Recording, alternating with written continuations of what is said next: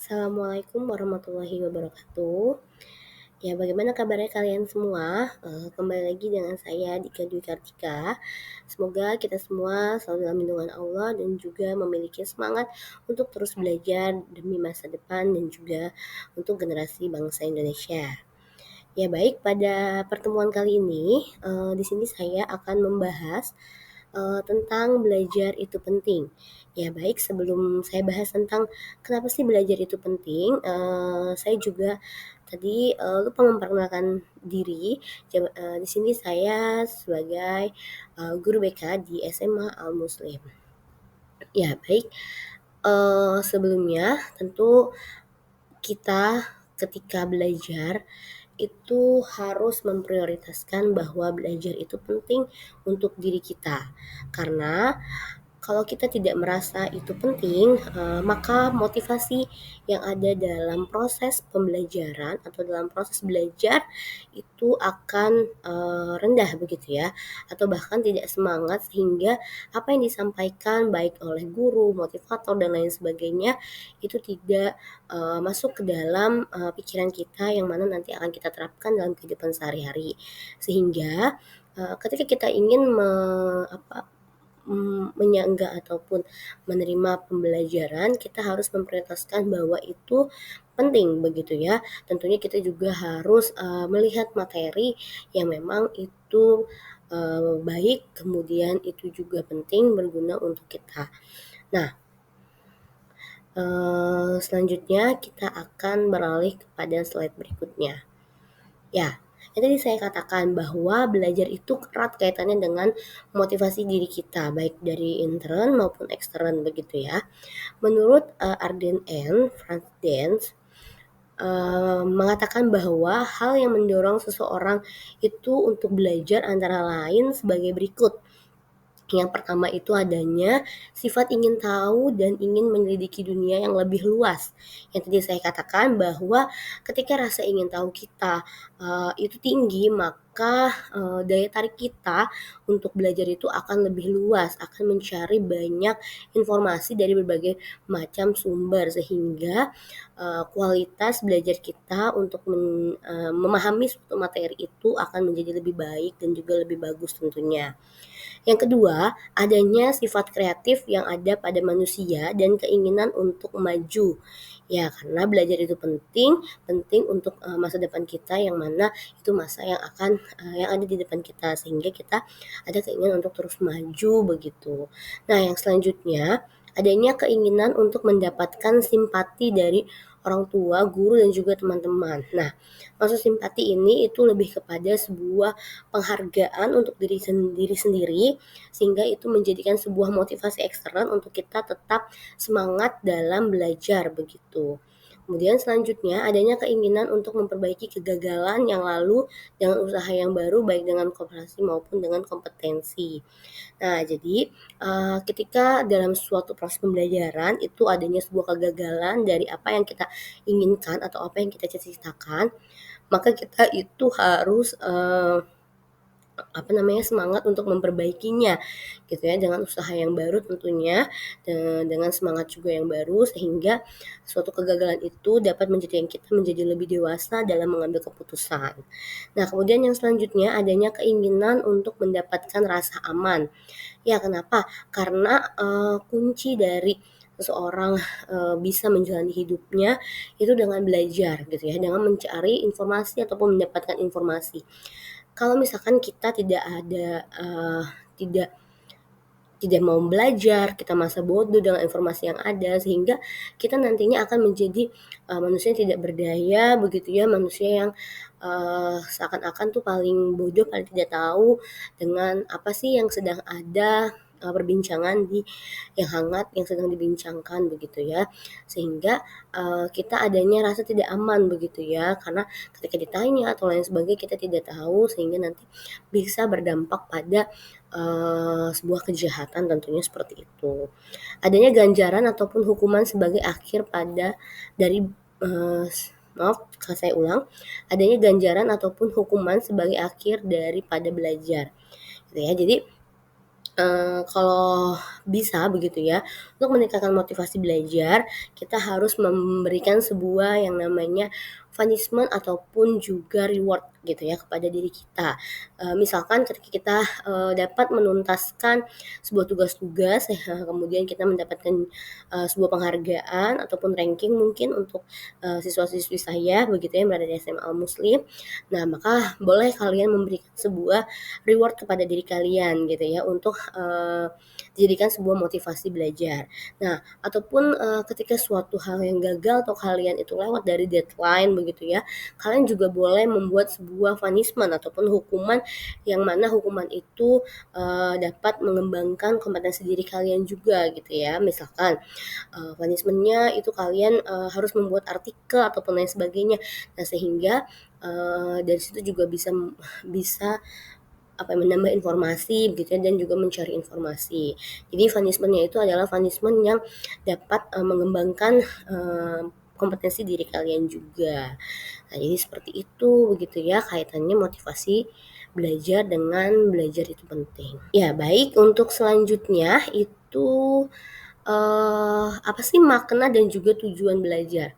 Makna belajar itu, membawa perubahan, ya jadi dari yang tahu, dari yang tidak tahu maaf menjadi, tahu begitu ya. Sama aja halnya seperti kita tumbuh kembang dari, masa kanak-kanak menjadi masa, apa namanya, dewasa, remaja dan lain sebagainya begitu ya. Dalam arti ini behavioral change aktual maupun potensial begitu ya. Jadi, dalam proses belajar tentunya kita dari yang tidak tahu menjadi tahu begitu. Kemudian yang kedua, bahwa perubahan itu pada pokoknya adalah didapatkannya kecakapan baru. Jadi dengan belajar yang tadi saya selalu katakan, tentunya kita mendapatkan sebuah hal baru baik itu informasi, pengalaman dan juga lain sebagainya. Kemudian yang ketiga, itu adalah bahwa perubahan itu terjadi karena usaha dengan perbuatan yang sengaja gitu ya. Jadi dalam proses belajar ini segala perubahan yang terjadi dalam perilaku kita maupun kompetensi yang ada di dalam diri kita itu tentunya, segala, sesuatu dengan perbuatan yang sengaja kita rancang begitu ya. Itu makna dari sebuah proses belajar. Nah, tujuan belajar itu untuk apa sih? Untuk mendapatkan pengetahuan tentunya, penanaman konsep dan juga keterampilan, serta pembentukan sikap dan juga, karakter diri kita, begitu ya. Jadi, kalau kita berada di sekolah, bukannya kita yang penting mengerti begitu ya, apa itu rumus matematika segitiga, apa itu rumus lingkaran dan lain sebagainya dan kita bisa mengerjakannya, bukan. Tapi dalam proses pemahaman itu tentunya kita juga diajarkan bagaimana menjadi pendengar yang baik, memiliki perilaku yang baik juga. Kemudian dalam proses penyelesaian soalnya tentunya kita juga di situ berlatih untuk menyelesaikan soal-soal, penyelesaian masalah dalam hidup kita juga berkaitan dengan hal tersebut gitu. Jadi bukan untuk mendapatkan sebuah nilai saja, tetapi tujuan belajar juga tentunya salah satunya membentuk sikap yang baik juga.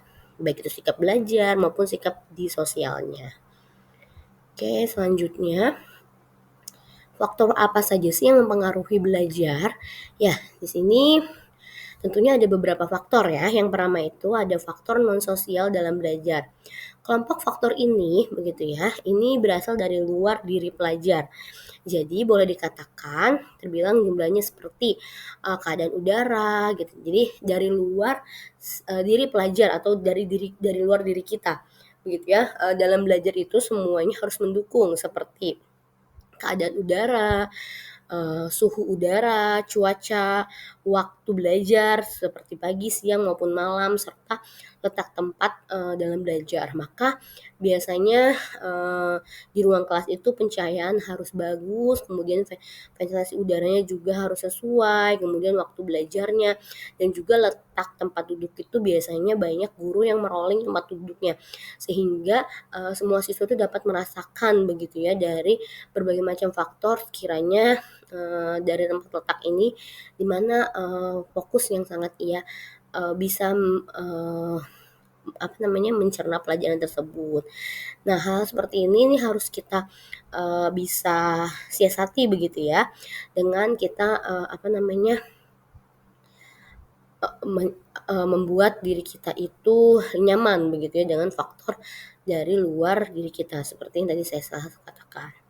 Yang selanjutnya ada faktor sosial dalam belajar. Nah, faktor sosial dalam belajar ini yang dimaksud dengan faktor ini adalah faktor sesama manusia, baik itu eh, baik manusia itu ada, misalnya hadir di dalam kelas maupun kehadiran itu dapat disimpulkan jadi tidak langsung hadir misalnya keterlambatan belajar mengikuti pelajaran.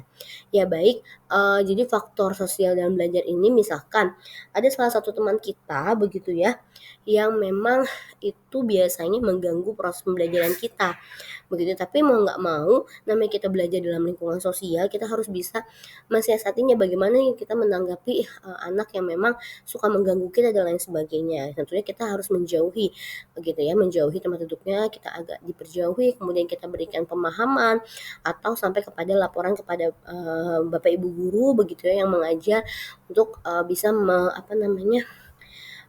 membuat situasi belajar itu nyaman, baik untuk siswa yang satu maupun siswa yang lainnya, seperti itu. Nah, kemudian faktor berikutnya itu adalah faktor fisiologis dalam belajar. Nah, ini bisa itu berkaitan dengan faktor yang ada di dalam diri pelajar, yaitu keadaan jasmani, kemudian fungsi-fungsi jasmani kita, kemudian fungsi panca indera dan lain sebagainya. Contohnya kalau misalkan yang memakai kacamata dan juga minusnya sudah terlalu tinggi begitu ya, sehingga harus menempatkan tempat duduk yang sesuai begitu. Jadi berkaitan dengan faktor yang ada di luar tadi begitu dan lain sebagainya gitu. Tentunya juga misalkan ada beberapa faktor fisiologis lainnya begitu ya. Yang berkaitan dengan biasanya gaya belajar juga, nah itu dapat mempengaruhi. Nah, yang selanjutnya itu faktor psikologi dalam belajar. Nah, ini meliputi perhatian, pengamatan, tanggapan, variasinya fantasi, ingatan, berpikir, perasaan, dan motif-motif. Jadi, dalam faktor psikologi ini gitu ya, biasanya ketika kita memiliki suatu permasalahan yang ada dalam psikis kita, itu akan mempengaruhi bagaimana cara kita memperhatikan sebuah pelajaran gitu ya, bagaimana kita mengamatinya dan juga tentunya proses memberi sebuah respon ataupun tanggapan. Karena jika pemikiran kita sedang tidak enak begitu, sedang memiliki masalah yang lain di luar gitu ya proses belajar ini, maka itu akan berpengaruh ke semuanya gitu. Jadi sebenarnya memang kalau kita mau belajar yang benar-benar itu dapat masuk ke dalam otak kita begitu ya, ingatan kita, tentunya kita harus membuat situasinya itu sangat nyaman dan menghilangkan ataupun bisa meredamkan beberapa permasalahan yang memang sedang kita alami. Jadi kita harus mengatur fokus dengan baik juga. Itu adalah kunci dalam proses belajar. Nah, selanjutnya itu ada strategi belajar. Nah, dalam hal ini dikelompokkan menjadi 3 keterampilan yang harus kita miliki. Nah, diantaranya itu adalah cara belajar, cara membaca buku, dan tentunya cara membuat ringkasan, gitu ya. Yang pertama, cara belajar. Belajar dengan teratur. Nah, belajar dengan teratur itu dapat membuat strategi belajar kita tuh baik gitu ya. Kemudian belajarnya harus disiplin begitu ya.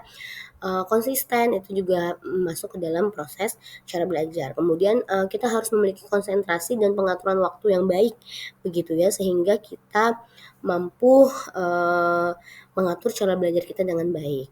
Nah, yang selanjutnya itu adalah cara membaca buku gitu. Nah, karena belajar itu kaitannya dengan membaca, tentunya salah satu kunci utamanya kita harus rajin membaca, gitu ya, sehingga kita dapat mencerna proses pembelajaran itu menjadi lebih baik. Karena ketika kita sudah membaca materi-materi sebelumnya begitu ya, sehingga pengetahuan kita itu akan lebih bertambah ketika guru menjelaskan, itu akan ada kesinambungan seperti itu. Nah, membaca harus memiliki tujuan tertentu, jangan asal membaca saja gitu. Tentunya yang tadi saya katakan ketika belajar itu kita pasti harus memiliki tujuan. Kenapa kita belajar materi ini, kaitannya dengan kehidupan sehari-hari itu apa, begitu ya. Rencanakan dan persiapkan tema yang sesuai yang akan dibaca, misalkan materi yang akan kita pelajari besok, seperti itu.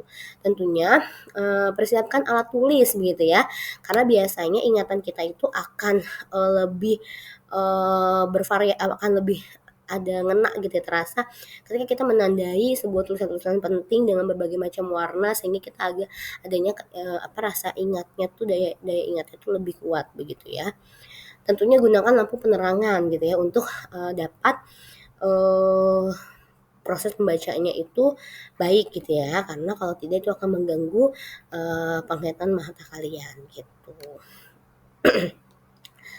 Nah, bukunya itu, bisa dipegang begitu ya, jangan diletakkan mendatar di atas meja saja karena itu akan membuat, indera, tulang punggungnya juga akan berpengaruh. Jarak mata dengan buku juga harus diperkirakan agar tetap nyaman walaupun membacanya cukup banyak, seperti itu. Terus kemudian juga harus diistirahatkan jika memang sudah merasa lelah, karena biasanya kalau sudah merasa lelah nanti fokusnya akan berbeda begitu ya. Nah, kemudian selanjutnya membuat ringkasan. Membuat ringkasan bertujuan untuk menghemat waktu belajar. Melalui ringkasan kan tidak perlu lagi belajar dari keseluruhan buku. Nah, ini biasanya sangat bermanfaat. Misalnya, kalau misalkan kalian itu biasanya kan kalau lagi jadi pelajar itu gitu ya, ada yang namanya ujian PTS gitu ataupun ujian akhir semester dan lain sebagainya. Nah, Budika sarankan begitu ya, kalian itu kalau misalkan habis, belajar di satu bab pembelajaran, itu boleh kalian membuat sebuah ringkasan begitu, nanti dalam bentuk apapun nanti Budika kasih contoh. Nah, ketika sudah membuat ringkasan sehingga pada saat hari ujian begitu ya, kalian tidak perlu lagi membaca buku yang seabrek-abrek tulisannya banyak, jadi kalian sudah mengambil poin intinya saja. Ini sangat memudahkan sekali tentunya. Nah, kemudian di sini tentunya untuk setiap mata pelajaran kalian perlu mempunyai cara ataupun strategi belajar yang berbeda, begitu ya. Contohnya belajar matematika tentunya harus memerlukan banyak latihan soal gitu ya. Sedangkan cara belajar sejarah tentunya harus banyak menghafal, membaca begitu ya, dan juga menghafal gitu ya. Jadi caranya juga berbeda di setiap mata pelajaran.